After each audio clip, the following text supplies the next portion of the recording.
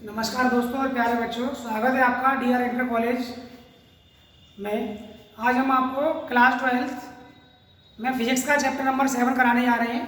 पिछले लेक्चर में अर्थात पिछली क्लास में हमने जो टॉपिक कवर किए थे वो पूर्व ज्ञान में पहला टॉपिक था चुंबकीय क्षेत्र, दूसरा चुंबकीय बल रेखाएं, थर्ड था वृत्ताकार कुंडली के केंद्र पर उत्पन्न चुंबकीय क्षेत्र और फोर्थ पॉइंट था चुंबकीय अक्ष के अनुदिश उत्पन्न चुंबकीय क्षेत्र। आज की इस क्लास में हम जिन टॉपिकों को कवर करेंगे वो हैं हमारे बायो-सैवर्ट का नियम, धारावाही चालक पर लगने वाला चुंबकीय बल, गतिमान आवेश के कारण उत्पन्न चुंबकीय बल और दो समांतर धारावाही तारों के मध्य बल। क्लियर?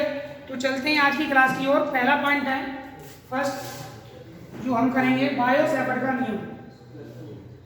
बायो-सैवर्ट का नियम मोस्ट इंपोर्टेंट है बेटा। ये अधिकतर कई बार लगातार बोर्ड एग्जाम में पूछा जाता है, तो आप इसको और कंपटीशन एग्जाम की दृष्टि से भी ये परीक्षा में आता रहता है।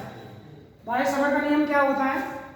अल्पांश लंबाई के धारावाही चालक तार के कारण उत्पन्न चुंबकीय क्षेत्र का मान ज्ञात करने के लिए बायो तथा सैवर्ट नामक वैज्ञानिकों ने एक नियम दिया जिसे बायो-सैवर्ट का नियम कहते हैं, जो निम्न बातों पर निर्भर करता है। नंबर 1,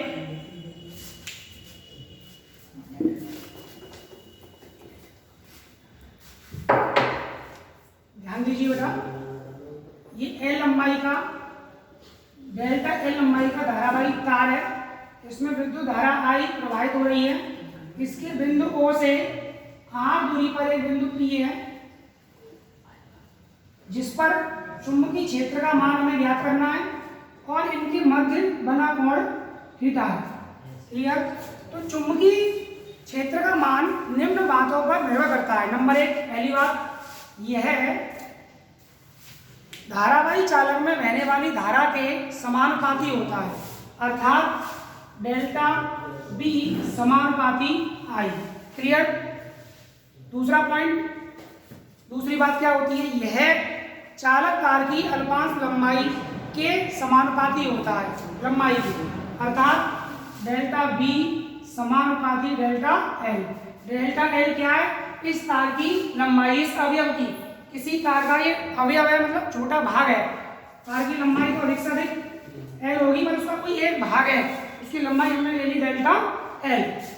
तीसरा, यह में इस चुंबकीय क्षेत्र यह बिंदु ओ से बिंदु P की दूरी r के वर्ग के व्युत्क्रमानुपाती होता है। तो अर्थात डेल्टा बी अनुक्रमानुपाती या व्युत्क्रमानुपाती बोलते हैं बेटा 1/r²। व्युत्क्रमानुपाती को अपॉन में लिखते हैं, इनवर्सली प्रोपोर्शनल, और प्रोपोर्शनल को सामने यानी कि अनुक्रमानुपाती। चौथा पॉइंट है, यह चालक तार और बिंदु P की क्रिया रेखा, चालक तार और बिंदु P की क्रिया रेखा के मध्य बने कोण की ज्या के अनुक्रमानुपाती होता है, अर्थात डेल्टा बी अनुक्रमानुपाती यानी साइन। तो कोण की ज्या के अनुक्रमानुपाती होता है, अर्थात आ गया डेल्टा बी अनुक्रमानुपाती साइन थीटा। चारों नियमों को मिलाने पर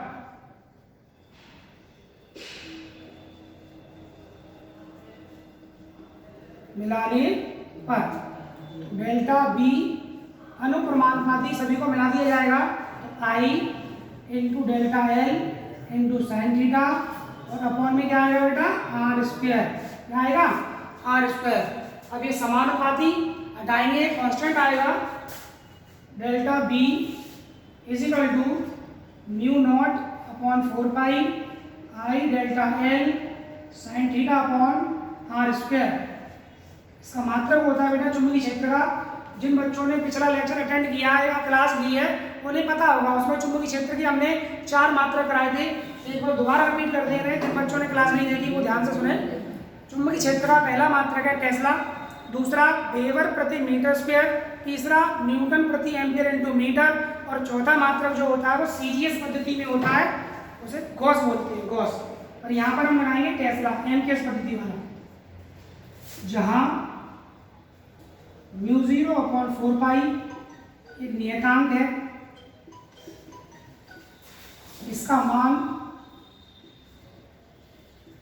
10⁻⁷ न्यूटन प्रति एम्पियर स्क्वायर होता है। इस पूरे का मान है बेटा म्यू नॉट, अर्थात इसको म्यू 0 भी बोल सकते हैं, अपॉन 4 एक नियतांक है, इसका मान 10⁻⁷ न्यूटन प्रति एम्पियर स्क्वायर होता है। और जो ये म्यू नॉट है इसको बोलते हैं निर्वात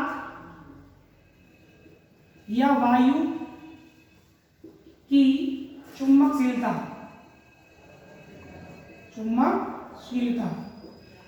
यदि आपसे कोई पूछता है म्यू नॉट का क्या नाम है, इसे क्या बोलते हैं, तो आप बताओगे निर्वात या वायु की चुंबकशीलता। यदि इसका मान अकेले इसी का मान पूछा जाए तो 4 का इधर मल्टीप्लाई हो जाएगा, इसका मान बन जाएगा 4 × 10⁻⁷ न्यूटन प्रति एम्पियर स्क्वायर। क्लियर?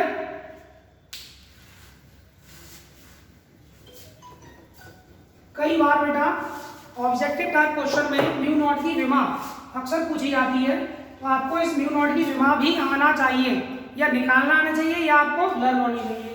तो हम यहाँ इसके मात्रक से विमा निकालने जा रहे हैं, ध्यान से आप देखिए। म्यू 0 की विमा, या इसको विमी सूत्र भी कह सकते हैं, इसका मात्रक है न्यूटन प्रति एम्पियर स्क्वायर। तो न्यूटन बेटा किसका मात्रक होता है, बल का, तो बल की विमा लगा देंगे mL/t-2 और विमा को सदैव बड़े कोष्ठक से दर्शाया जाता है upon a²। a means ampere, तो एम्पियर का a ही होता है बेटा, इसको ऊपर ले जाएंगे तो पावर -2 हो जाएगी, mL/a-2t-2। तो ये हमारा विमी सूत्र आ गया म्यू नॉट की। नोट कर लें आप सभी या स्क्रीनशॉट ले सकते हैं।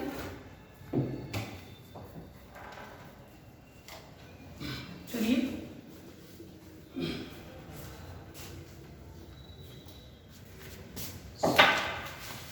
फर्स्ट पॉइंट हो गया आज का। सेकंड पॉइंट है धारावाही चालक पर लगने वाला बल।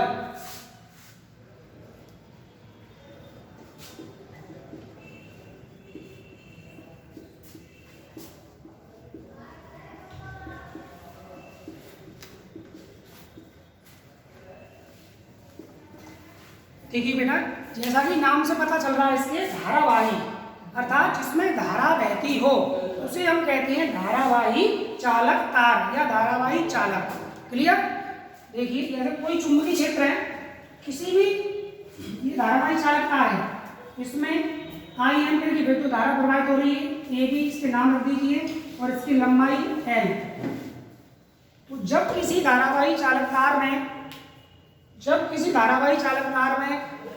I एम्पीयर की विद्युत धारा प्रवाहित की जाती है तो उसके चारों ओर एक चुंबकीय क्षेत्र उत्पन्न हो जाता है, जिस कारण इस पर एक चुंबकीय बल कार्य करता है, जिसे जो निम्न बातों पर निर्भर करता है। कौन सी बातें होती हैं? नंबर 1, यह मीन्स चुंबकीय बल, यह चालक तार में बहने वाली धारा के अनुक्रमानुपाती होता है, अर्थात F अनुक्रमानुपाती I। F क्या है बेटा यहाँ पर? बल, चुंबकीय बल, अनुक्रमानुपाती होता है धारा के I की। दूसरी बात, यह धारावाही चालक तार की लंबाई के अनुक्रमानुपाती होता है। लंबाई मीन्स इसकी जो लंबाई हमने मानी है L, इसके अनुक्रमानुपाती हुआ, अर्थात F अनुक्रमानुपाती L। जैसे अभी पिछले नियम में किया था, बायो सावर्ट वाले में चारों नियमों को मिलाया था, यहाँ पर हमारे 2 नियम है तो दोनों को हम मिला देंगे, दोनों नियमों को मिलाने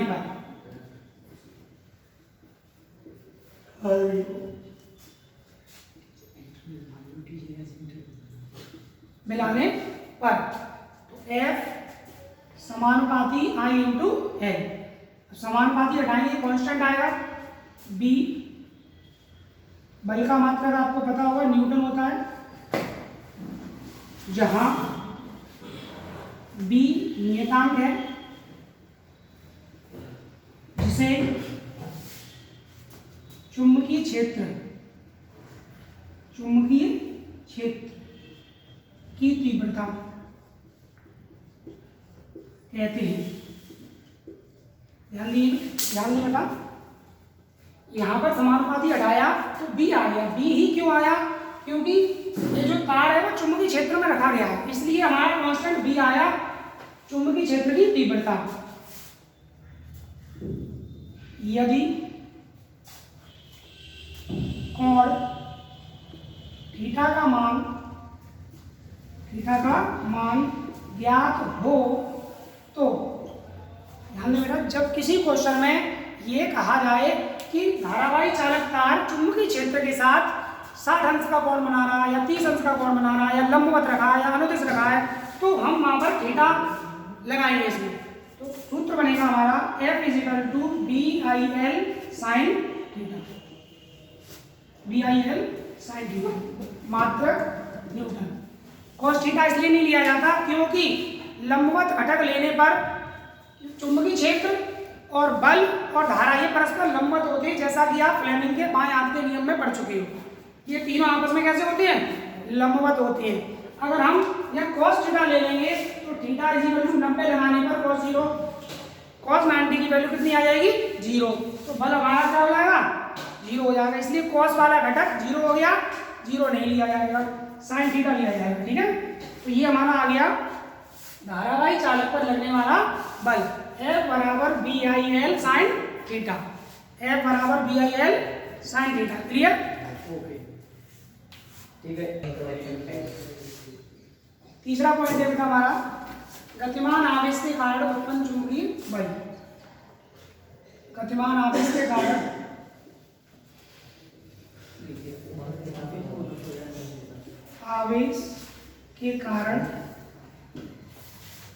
उत्पन्न चुंबकीय बल।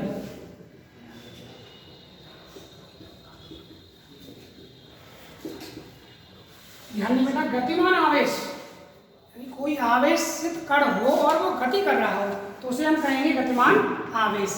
जैसे कि अल्फा कण है, हमारा इलेक्ट्रॉन है, प्रोटॉन है, ये सभी कण हैं, इन पर आवेश भी होता है।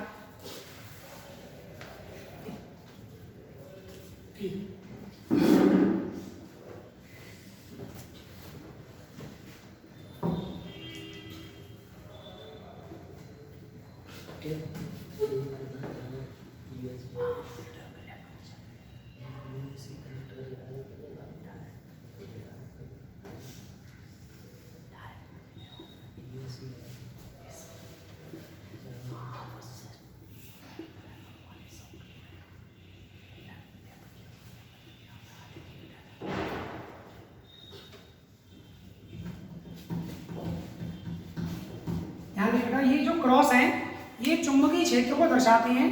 क्रॉस का मतलब होता है चुंबकीय क्षेत्र की दिशा कागज के तल के लंबवत नीचे की ओर होती है। कैसी होती है?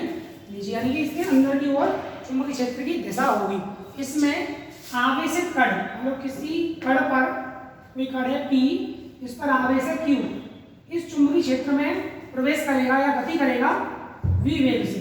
कितने वेग से? v वेग से।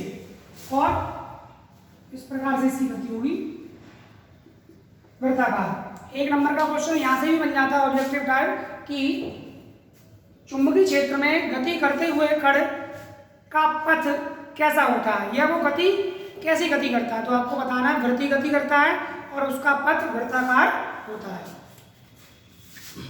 इसकी लैंग्वेज होगी, माना कोई आवेशित कण P चुंबकीय क्षेत्र में v वेग से गतिमान है, तब उस पर लगने वाला चुंबकीय बल निम्न बातों पर निर्भर करता है। नंबर एक यह आवेश के कण पर उपस्थित आवेश के अनुक्रमानुपाती होता है, अर्थात F अनुक्रमानुपाती Q। अनुक्रमानुपाती का मतलब होता है ये दोनों भौतिक राशियां एक दूसरे पर निर्भर हों। Q का मान बढ़ाने पर F का मान बढ़े। जैसे कि Q का मान हमने मान लिया 2 कूलम, तो F का मान भी 2। Q का मान बढ़ाते जाएंगे तो F का मान भी बढ़ता जाएगा। ये होगा अनुक्रमानुपाती। और व्युत्क्रमानुपाती में उल्टा होता है, जिसमें मान एक राशि का मान बढ़ाने पर दूसरी राशि का मान कम हो। दूसरा पॉइंट यह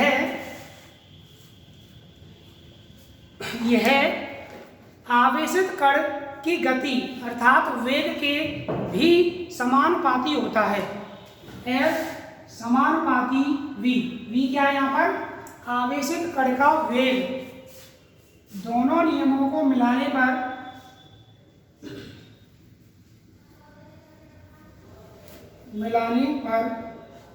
F अनुप्रमाणपाती Q इंटू v। अब इसको हटाएंगे बेटा, प्रोपोर्शनल को, कांस्टेंट आएगा b। इसका मात्रक होता है, अभी आपको बताया, बल का मात्रक न्यूटन, जहां b नियतांक है जिसे चुंबकीय क्षेत्र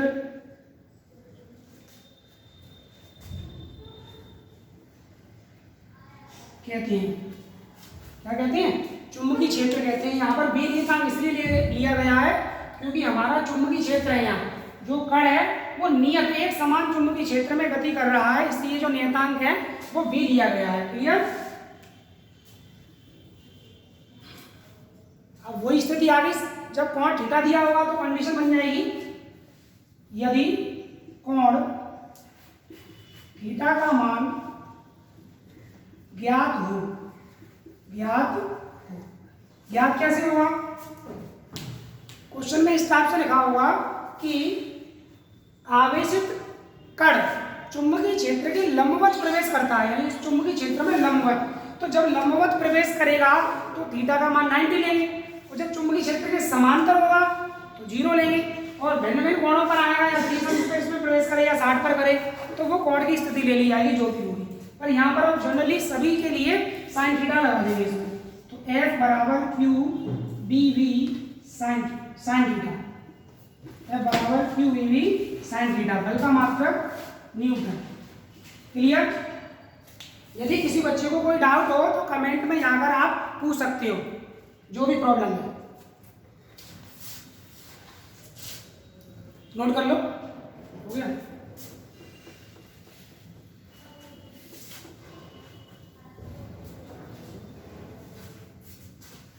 ध्यान दें बेटा, एक एग्जाम्पल है। इस फॉर्मूले पर प्रश्न किस प्रकार से पूछा जाता है एग्जाम में? प्रश्न इस प्रकार से पूछा जाता है कि एक अल्फा कण एक समान चुंबकीय क्षेत्र 3 गुणा 10⁻⁻4 टेस्ला, चुंबकीय क्षेत्र का मान दे दिया गया है B = 3 गुणा 10⁻⁻4 टेस्ला। एक अल्फा कण एक समान चुंबकीय क्षेत्र इतने में क्षेत्र के लंबवत 5 गुणा 10⁻4 मीटर प्रति सेकंड के वेग से गतिमान है, तो उस कण पर लगने वाले चुंबकीय बल की गणना कीजिए। तुम कैसे गणना करेंगे? ध्यान दें, ये चुंबकीय क्षेत्र की वैल्यू हो गई बी की, और ये वेग हो गया बेटा, और लंबवत प्रवेश कर रहा है तो थीटा हो गया 90, और कण कौन सा है? अल्फा कण है, तो अल्फा कण का इसमें आवेश नहीं दिया।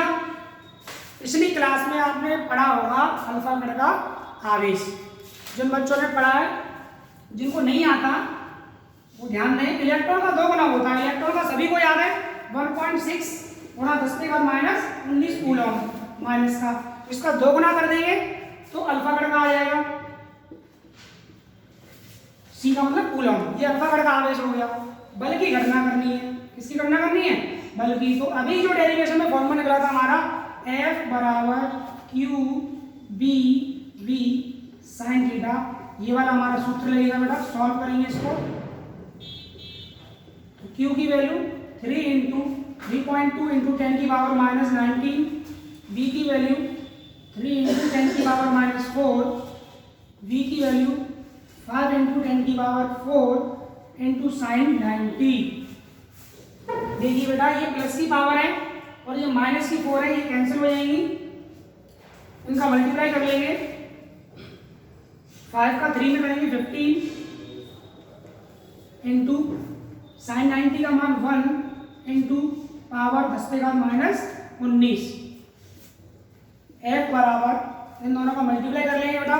15 दूनी 30 की 0 हासिल लगी 3, 15 दिए 45 और 3 48, और पॉइंट यहाँ पर देखिए एक संख्या पर पॉइंट लगाए तो पॉइंट लगा दिया इंटू 10⁻⁻19 न्यूटन। ये हमारा बल आ गया।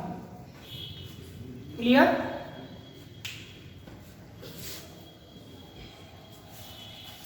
नेक्स्ट, और आज के लेक्चर का लास्ट मोस्ट इम्पोर्टेंट, इन चारों में से अगर कोई टॉपिक इस वर्ष आएगा एग्जाम में तो ये जरूर आएगा, या ये आएगा इस पर, या एक न्यूमेरिकल आएगा। बस इसको आप ध्यान से देखें, ये मोस्ट इम्पोर्टेंट है।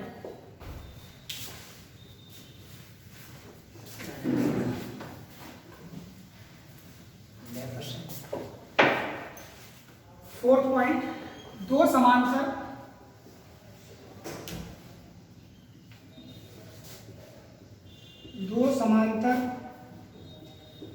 धारावाही चालक तारों के मध्य चुंबकीय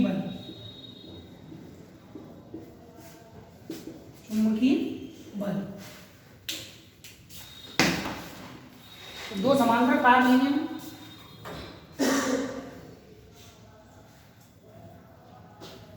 दो तार हैं, इनके नाम ए, बी, सी, डी। पहले तार में I1 एम्पियर की विद्युत धारा, दूसरे तार में I2 एम्पियर की विद्युत धारा। इनके मध्य जो दूरी है वो है R। कितनी है ना? R। मध्य P बिंदु है। इस पर इन दोनों तारों के कारण एक चुंबकीय बल लगेगा F। इसका मान हमें, इसका व्यंजक प्राप्त करना है। किस प्रकार से आएगा? माना, इसकी जो लैंग्वेज है, थ्योरी आप इस प्रकार लिखोगे, माना AB व CD, AB व CD दो समांतर धारावाही चालक तार हैं जिनकी लंबाई L है। दोनों की लंबाई कितनी है? L। लंबाई समान है। और इन तारों में I1 व I2 एम्पियर की विद्युत धाराएं प्रवाहित हो रही हैं और इनके बीच की दूरी R है। बीच की दूरी कितनी है? R। और इन तारों के मध्य एक बिंदु P दिया गया है जिस पर चुंबकीय बल की गणना करनी है। क्लियर? चुंबकीय बल की गणना करनी है। तो ध्यान दीजिए, पहले हम तार जो AB है जिसमें धारा I1 बह रही है, इसके कारण चुंबकीय क्षेत्र का व्यंजक लिखेंगे, सूत्र।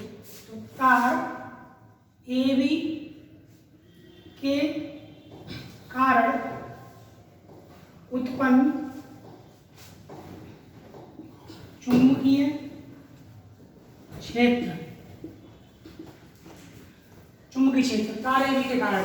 देखिए, अभी हमने पिछली आड़ी में पढ़ा था, जस्ट ये लिखा है, देखिए, धारावाही चालक तार, चालक पर लगने वाला बल।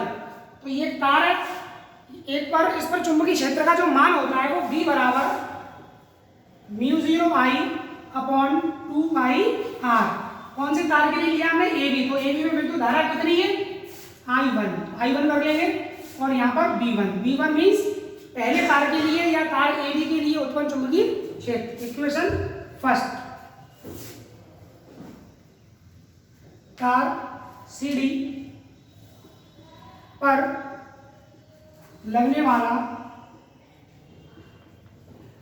चुंबकीय बल, तो चुंबकीय बल तार के कारण होता है F बराबर BIL sin थीटा, जो भी आपको बताया गया। यहाँ पर देखिए, ये तार कौन सा? CD में तो धारा कितनी है? I2। तो यहाँ पर क्या ले लेंगे बेटा? I2। और चुंबकीय क्षेत्र हम निकाल चुके हैं पहले B1। तो इनको चुंबकीय क्षेत्र का मान समीकरण 1 से लगा देंगे। समीकरण 1 से B1 का मान रखने पर या लगाने पर। क्लियर?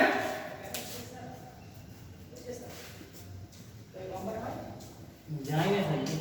मान लगा देंगे बेटा, ध्यान से देखें आप क्या आएगा। मान लगाने के बाद F इजिकल टू B1 का मान है μ0 इंटू I अपॉन 2πr।